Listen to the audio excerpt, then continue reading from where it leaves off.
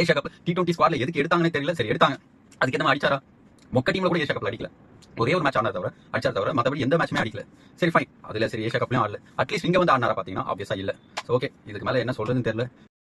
Hi fam, welcome to cricket bot channel. Guys, இந்த video நம்ம எதை பற்றி பார்க்க போகிறோம்? எஸ், ஆப்வியஸா இப்போ தேர்ட் ஓடிஐ முடிஞ்சிருக்கு. So Australia versus India ODI சீரிஸோட ரிவ்யூஸ் தான் பார்க்க போகிறோம். எப்படி இந்த வீடியோ கொண்டு போக போகிறோம் பார்த்தீங்கன்னா, எஸ், எல்லாருக்கும் அவுட் ஆஃப் 10 சம் பாயிண்ட்ஸ் நம்ம தர போகிறோம் அவங்க பெர்ஃபார்மன்ஸ் பொறுத்து. அண்ட் தென் ரோக்கோ பற்றியும் பேச போகிறோம். And undeserving captain Shubman Gill பற்றியும் கண்டிப்பாக இந்த வீடியோவில் பேச போகிறோம். ஸோ வாங்க வீடியோக்குள்ளே போகலாம். ஃபர்ஸ்ட் எதை வச்சு ஆரம்பிக்கலாம்?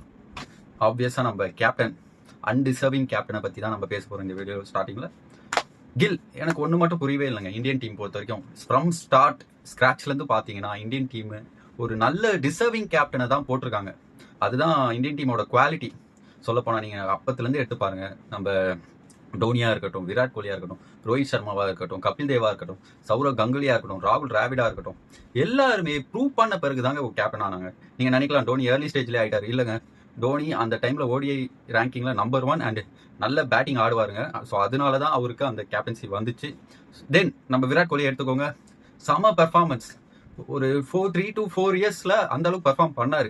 இப்போ பண்ணுறதோட முன்னாடி வேற லெவலில் பெர்ஃபார்ம் பண்ணார். ஸோ கேப்டன்சி கொடுத்தாங்க ஆஃப்டர் டோனி. அண்ட் ரோஹித் சர்மா சொல்லவே தேவையில்லைங்க, 2013 மனுஷன் பெர்ஃபார்ம் பண்ணார். ஸோ அதுக்கப்புறம் தான் 2019 அப்புறம் கிடைச்சது. பார்த்துக்கோங்க, 2013 பெர்ஃபார்ம் பண்ணி 2019 ஆஃப்டர் தான் கிடைச்சிது. பட் கில் ஸ்டோரியில் மட்டும் டிஃப்ரெண்ட்டாக இருக்குது. என்னன்னு தெரியல, திடீர்னு ஹார்திக் பாண்டியா அங்கே போனார், ஐபிஎல் கேப்டன்சி கொடுத்துட்டாங்க. ஓகே ஃபைன், ஐபிஎல் ஏதாவது ப்ரூவ் பண்ணாரானா இல்லை. ஸோ அது கூட விடுங்க. லாஸ்ட் 17 ஒயிட் பால் இன்னிங்ஸில் ஒரு 50 இல்லைங்க. ஏஷியா கப்பில் T20 ஸ்குவாட்ல எதுக்கு எடுத்தாங்கன்னே தெரியல. சரி எடுத்தாங்க, அதுக்கு எந்த மாதிரி அடிச்சாரா? மொக்க டீமில் கூட ஏஷியா கப்பில் அடிக்கல. ஒரே ஒரு மேட்ச் அடிச்சார் தவிர மற்றபடி எந்த மேட்சுமே அடிக்கல. சரி ஃபைன், அதில் சரி ஏஷியா கப்லையும் ஆடல, அட்லீஸ்ட் இங்கே வந்து ஆடினாரா பார்த்தீங்கன்னா ஆப்வியஸாக இல்லை. ஸோ ஓகே, இதுக்கு மேலே என்ன சொல்கிறதுன்னு தெரில. இப்படி போச்சுன்னா 2027 வேர்ல்டு கப் கண்டிப்பாக இந்தியா ஜெயிக்குமான்ட்டே ஒரு கேள்விக்குறி தான். ஏன்னா டிசர்விங் பிளேஸ் கண்டிப்பாக உள்ளே வரணும். என்னை பொறுத்த வரைக்கும் இதை எப்படி வச்சுக்கணும்னா, ஜெய்ஸ்வாலா கில்லா அப்படி அந்த காம்படிஷனை கொண்டு போயிருக்கணும். ஜெய்ஸ்வால் ஆடினார்னா ஜெய்ஸ்வாலை டீமில் வச்சிருக்கணும். கில்லு நல்லா பெர்ஃபார்ம் பண்ணால் கில்லு வச்சுக்கணும். கில்லுக்கு காம்படிஷனே இல்லாமல் கொண்டு போய்கிட்டு இருக்காங்க. என்ன ரீசன் தெரியல. எவ்வளோ கேப்டன்ஸ் இருக்காங்க, கேப்டன்ஷிப் பண்ணுறதுக்கு நம்ம ஸ்ரேயஸ் ஐயருக்கு கொடுத்துருக்கலாம். ஸோ கில்லுக்கு பொறுத்த வரைக்கும் அந்த காம்படிஷன் இருந்தால் தாங்க பெர்ஃபார்ம் பண்ணுவார். சும்மா காம்படிட்டரே இல்லாமல் கேப்டன்ஷிப்பை கொடுத்துட்டு ஆடுவாருன்னு பார்த்தீங்கன்னா இல்லை. 17 இன்னிங்ஸில் ஒரு 50 அடிக்கலங்க. ஈவன் கோலி, ரோஹித் சர்மாவாக இருந்தாலுமே செலெக்ஷன் கமிட்டி இது மாதிரி பெர்ஃபார்ம் பண்ணியிருந்தா யோசிப்பாங்க. பட் இவருக்கு என்னன்னு தெரியல, எங்கே மச்சம் இருக்குன்னு தெரியல. சரி ஓகே, நம்ம பெர்ஃபார்மன்ஸ் வச்சு போயிடலாம். இப்போ நம்ம ரேட்டிங் ரிவ்யூ அவுட் ஆஃப் 10 பிளேயர்ஸ்க்கு நம்ம எப்படி பெர்ஃபார்ம் பண்ணியிருக்காங்க தான் கொடுக்க போகிறோம். ஃபர்ஸ்ட் ஓப்பனர்லேருந்தே ஆரம்பிச்சிடலாம். நம்ம கில்லே போயிடும். கில்லுக்கு என்னை பொறுத்த வரைக்கும் out of 10 0. Yes, batting wise பார்த்தீங்கன்னா ஒன்றுமே பெர்ஃபார்ம் பண்ணல.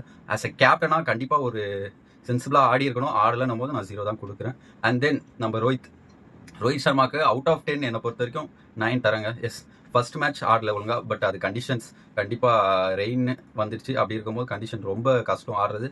ஸோ 9. அண்ட் தென் நம்ம கோலி ஃபர்ஸ்ட் 2 மேட்ச் எஸ் பெர்ஃபார்ம் பண்ணல. கோலி பொறுத்த வரைக்கும் ஒன்று சொல்கிறேன், கோலி முன்ன மாதிரி ஆடுறாரான்னு கேட்டிங்கன்னா எனக்கு ஒரு பெரிய டவுட்டு தான். பிகாஸ் கோலி முன்னெல்லாம் நல்ல டைம் எடுத்து ஆடுவார். இப்போ ஏதோ ரஷ்ஷில் ரன் அடிக்கணும், எல்லா பாலுமே ரன் அடிக்கணும், ரன் வரணுன்ற மாதிரி ஆடுற மாதிரி இருக்குது.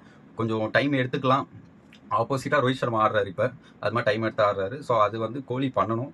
கோலி பண்ணால் மேபி அந்த அவே போகிற பால்லாம் லீவே பண்ண மாட்டேங்க. நீங்கள் இந்த ஆஸ்திரேலியா சீரீஸ்லேயும் பாருங்கள், ரோஹித் சர்மா அவே போகிற பால்லாம் லீவ் பண்ணார். பட் கோலி அதை கூட அட்டன் பண்ண தான் பார்க்குறாரு தவிர பாலை விட்டு விளையாட மாட்டேங்காரு. ஸோ அதனால மோஸ்ட்லி கோலி ரன் வர மாட்டுக்கு, அதுதான் மெயின் ரீசன். ஸோ அதை கொஞ்சம் கண்ட்ரோல் பண்ணணும். ஸோ கோலிக்கு என்னை பொறுத்த வரைக்கும் 7 out of 10 கொடுக்குறேங்க. And then Shreyas Iyer. Yes, Shreyas Iyer deserving captain, but vice கேப்டனாக போட்டிருக்காங்க, ஃபார்மாலிட்டிக்கு போட்டிருக்காங்க. எஸ், ஏன்னா உங்களுக்கே தெரிஞ்சிருக்கும், ஹார்திக் பாண்டியா வைஸ் கேப்டனாக இருந்தார், கேப்டன் ஆக்குனாங்களா? பண்ட் வைஸ் கேப்டனாக இருந்தார், டெஸ்ட்டில் கேப்டன் ஆக்குனாங்களா? பும்ரா வைஸ் கேப்டனாக இருந்தார், கேப்டன் ஆக்குனாங்களா? ஸோ வைஸ் கேப்டன்ன்றது ஒரு பேச்சுக்கு கொடுக்குறாங்க. ஸோ அதனால கண்டிப்பாக ஸ்ரேயஸ் ஐயருக்கு கேப்டன்ஷிப் தருவாங்களான்னா ஒரு பெரிய கேள்விக்குறி தான். ஒரு ஃபார்மாலிட்டிக்காண்டி வைஸ் கேப்டன் கொடுத்துட்றாங்க. அண்ட் தென் யார் பார்த்தீங்கன்னா Axar Patel. Start from world கப்லேருந்து பெர்ஃபார்ம் பண்ணுறாருங்க அந்த மனுஷன். ஸோ ஈவன் அக்ஷர் பட்டேல் கூட வைஸ் கேப்டன் கொடுத்துருந்தாங்க சம்டைம்ஸில். So start of the ICC tournament T20 world கப்லேருந்து செம்மையாக பையன் பெர்ஃபார்ம் பண்ணுறாரு. ஒரு எப்படி சொல்கிறது, சடனாக 3 டவுன் அனுப்புகிறாங்க, 4 டவுன் அனுப்புகிறாங்க, நல்லா பெர்ஃபார்ம் பண்ணுறாரு. அந்த மேட்ச் எதுவுமே ஃபெயில் ஆக மாட்டேங்காரு. ஒரு 40-50 ரன் சாலிடாக அடிச்சுட்டு போயிடுறாரு. என்னை பொறுத்த வரைக்கும் அக்ஷர் பட்டேலுக்கு நான் கண்டிப்பாக 9 out of 10 தான் கொடுக்க போகிறேன். அண்ட் தென் இதில் ஒரு பெரிய டிஸ்அட்வான்டேஜ் என்ன பார்த்தீங்கன்னா, இந்தியா மேபி ஜெயிச்சிருக்கலாம் சீரீஸை. தோத்ததுக்கு ஒன் ஆஃப் த ரீசன் என்ன பொறுத்த வரைக்கும் என்ன பார்த்து, நிதிஷ் ரெட்டி உள்ளே வந்திருக்க தேவையில்லை. அவருக்கு பதில் நம்ம குல்தீப்பை போட்டிருக்கணும். குல்தீப்பை ஃபர்ஸ்ட் மேட்ச் கண்டிப்பாக நம்ம தோற்றுருப்போங்க. Toss matter first match. But second match நம்ம ஜெயிச்சிருக்க நிறைய வாய்ப்பு இருக்குது. குல்தீப் யாதவ் போட்டிருக்கணும், நிதிஷ் ரெட்டி. 8 பேட்ஸ்மேன் எதுக்குங்க? அதான் வாஷிங்டன் சுந்தர் இருக்காரு, அவரும் ஆடுவார் பேட்டிங்கு. அப்படி இருக்கும்போது 8 பேட்ஸ்மேன் எதுக்கு தெரில. ஸோ கண்டிப்பாக இதே ரோஹித் கேப்டன்ஷிப்பாக இருந்தால் குல்தீப் கண்டிப்பாக வந்திருப்பார். அட்லீஸ்ட் குல்தீப் இல்லைனா கூட வருணை கொண்டு வந்திருப்பாங்க. பட் இது ரோஹித் கேப்டன்சியும் இல்லை, ரோஹித் டீமும் கிடையாது இதுக்கப்புறம். ஸோ குல்தீப் இருந்திருக்கோம். நிதிஷ் ரெட்டி பர்ஃபார்ம் பண்ணலை ஒன்றுமே. ஸோ நிதிஷ் ரெட்டிக்கு என்னை பொறுத்த வரைக்கும் எவ்வளோ மார்க் பார்த்தீங்கன்னா ஒரு 4 out of 10 தரலாம். அண்ட் தென் யார் பார்த்தீங்கன்னா நம்ம ஹர்ஷித் ராணா. பவுலர்ஸ் வைஸ் நான் போக விரும்பலைங்க. ஸோ பவுலர்ஸ் என்னை பொறுத்த வரைக்கும் எல்லாருக்குமே ஈக்குவல் பாயிண்ட் 8 out of 10 தான் தர போகிறேன். எஸ், எதனால பார்த்தீங்கன்னா எல்லாருமே ஓரளவுக்கு சுமாராக தான் பர்ஃபார்ம் பண்ணியிருக்காங்க. ஒருத்தர் டாப்பாக பண்ணார், ஒருத்தர் பிலோ ஆவரேஜாக பண்ணாருன்னு சொல்ல முடியல. ஸோ எல்லாமே ஓரளவுக்கு ஆவரேஜாக பண்ணிட்டு போயிட்டாங்க. பும்ரா மாதிரி ஆளை கொண்டு வந்திருக்கலாம். பும்ராவெல்லாம் மொக்க மேட்ச்லலாம் யூஸ் பண்ணிவிட்டு இது மாதிரி ஆஸ்திரேலியா சீரீஸில் கொண்டு போகல, எதனாலன்னு தெரியல.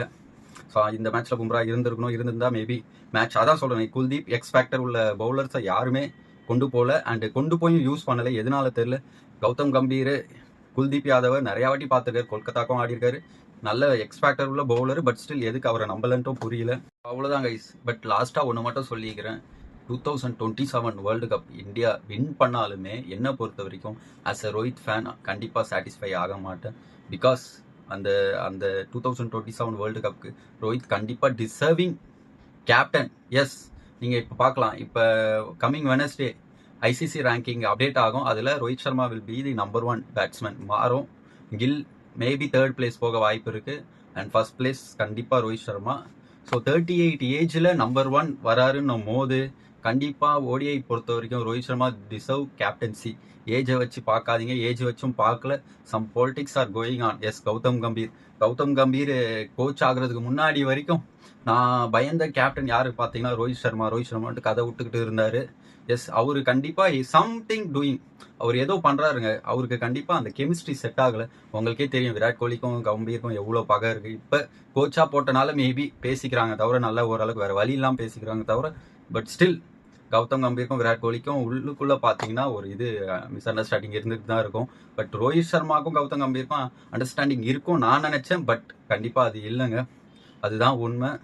See you next video. Bye.